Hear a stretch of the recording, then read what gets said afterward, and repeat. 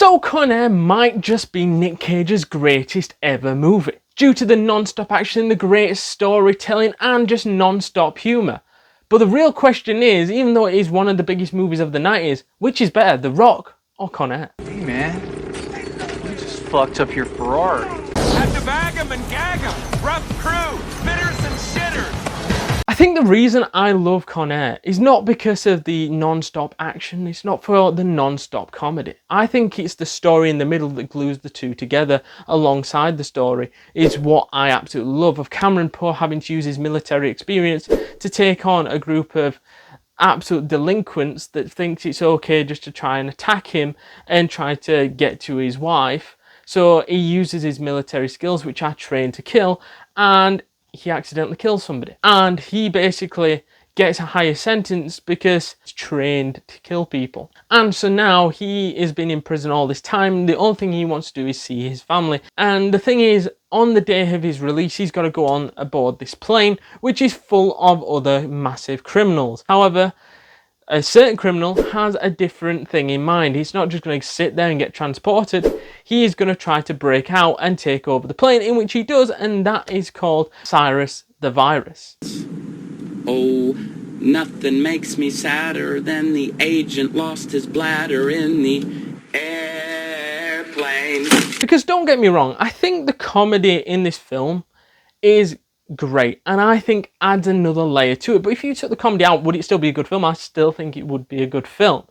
But I think the layers that Dave Chappelle and Steve Buscemi add is a sense of enjoyment and rewatchability with those jokes and with those phrases that get said.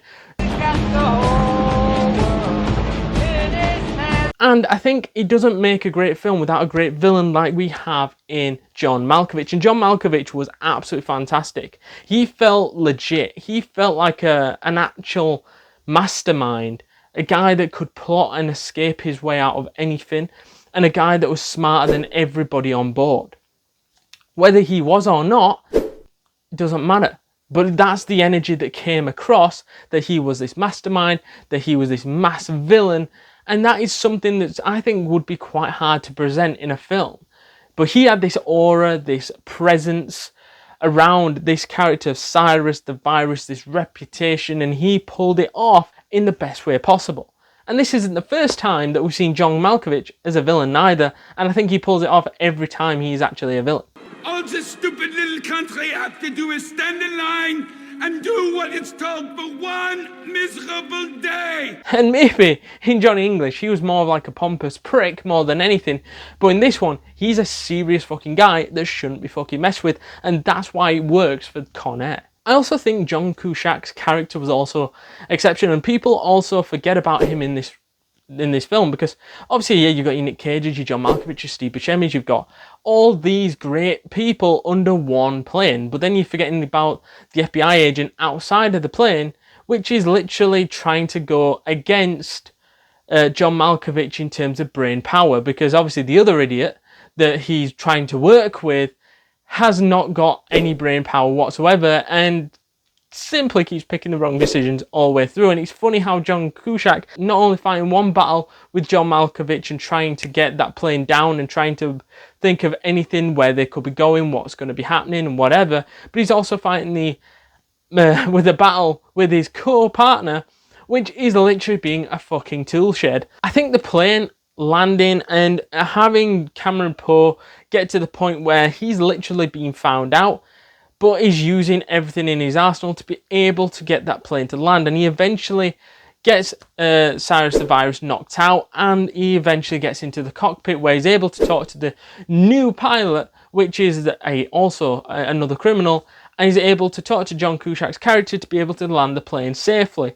When I say safely, in the middle of like a fucking massive city in Las Vegas. What is also interesting about that is the fact that Cameron Poe feels like, oh, I've managed to land the plane, that should be it, I should be ready to go home. You'd think that.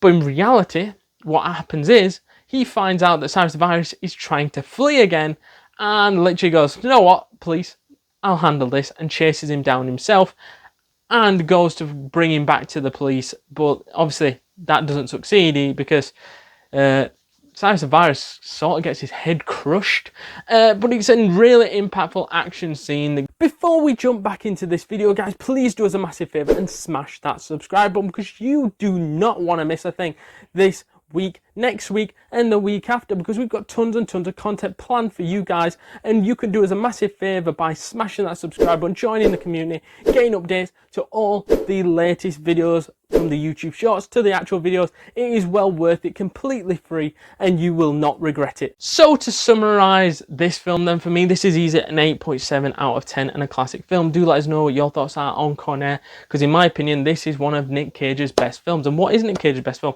Let us know down in those comments down below. And if you haven't yet seen our movie review on Ghost Rider, then go check that out right now.